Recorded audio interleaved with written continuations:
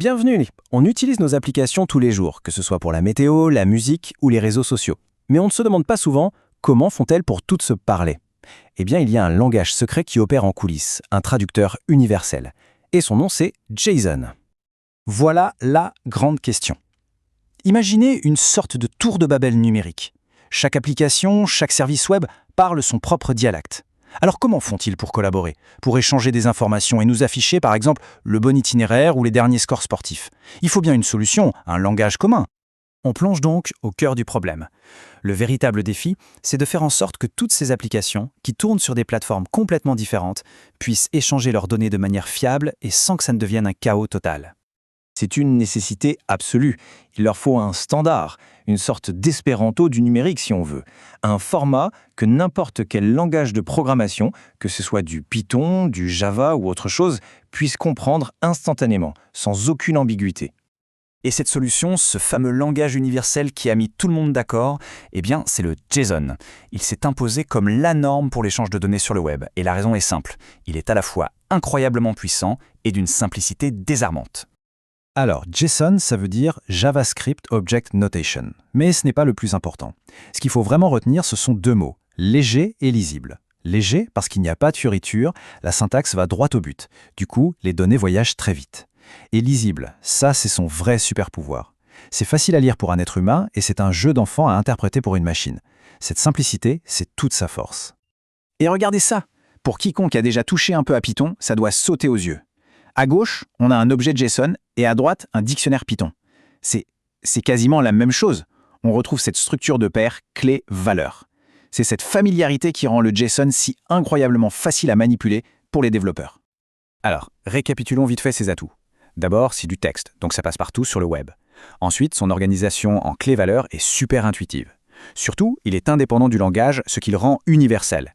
Et enfin, il gère tous les types de données de base dont on peut avoir besoin. Du texte, des chiffres, des listes, etc. Bref, il sait tout faire. Bon, tout ça c'est bien beau, mais en pratique, avec Python, comment ça se passe? Eh bien la bonne nouvelle, c'est que c'est extrêmement simple. Python nous mâche tout le travail avec un module qui est déjà intégré au langage, pas besoin d'installer quoi que ce soit. Et ce traducteur intégré, il s'appelle tout simplement JSON. Il fait partie de la bibliothèque standard de Python, c'est-à-dire qu'il est toujours là, prêt à l'emploi. Il contient absolument tout ce qu'il faut pour faire dialoguer Python et JSON de manière fluide. En fait, la traduction se fait dans les deux sens, et il n'y a que deux fonctions à retenir. La première, c'est json.loads. S est là pour string, la chaîne de caractères. Elle sert à lire du texte JSON et à le transformer en dictionnaire Python. C'est la désérialisation. Et à l'inverse, on a json.dumps. Elle sert à écrire. On prend un objet Python et on le transforme en texte JSON. C'est la sérialisation. C'est aussi simple que ça. Ok, sortons un peu de la théorie. Dans la vraie vie, où est-ce qu'on le trouve, ce fameux JSON? La réponse est simple, absolument partout. Premier exemple, les jeux vidéo. Souvent, les paramètres du jeu, comme la difficulté, les caractéristiques d'un personnage ou même les dialogues, sont stockés dans des fichiers JSON. Pourquoi? Parce que c'est hyper simple pour les créateurs du jeu d'ouvrir le fichier, de modifier une valeur et de voir le changement immédiatement sans avoir à recompiler tout le code. Mais là où on le croise le plus, c'est sans conteste avec les API web. Une API, c'est ce qui permet à une application d'aller demander les informations à un service sur Internet. Et la langue quasi officielle que parlent toutes ces API pour répondre, c'est le JSON. Et voilà à quoi ça ressemble. Ça, c'est une réponse typique qu'on pourrait recevoir d'une API météo. Au premier abord, ça peut paraître un peu intimidant, ce gros bloc de texte, mais en réalité, c'est juste du JSON parfaitement structuré, avec des objets et des listes imbriqués les uns dans les autres. Et c'est là que la magie opère. Une fois qu'on a donné ce texte à la fonction json.loads, tout ça devient un simple dictionnaire Python.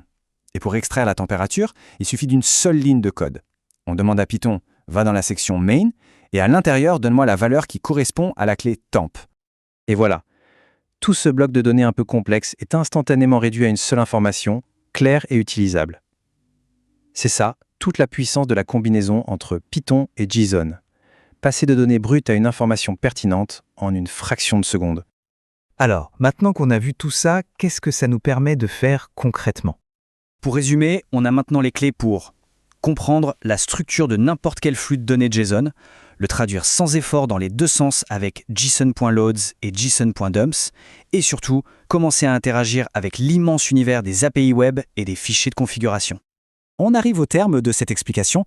On vient de voir comment obtenir la clé qui ouvre la porte à une quantité quasi infinie de données disponibles sur le web. La seule question qui reste, c'est qu'est-ce que l'on va bien pouvoir déverrouiller avec ? Des milliers d'API publiques n'attendent que d'être explorées. C'est le moment de se lancer.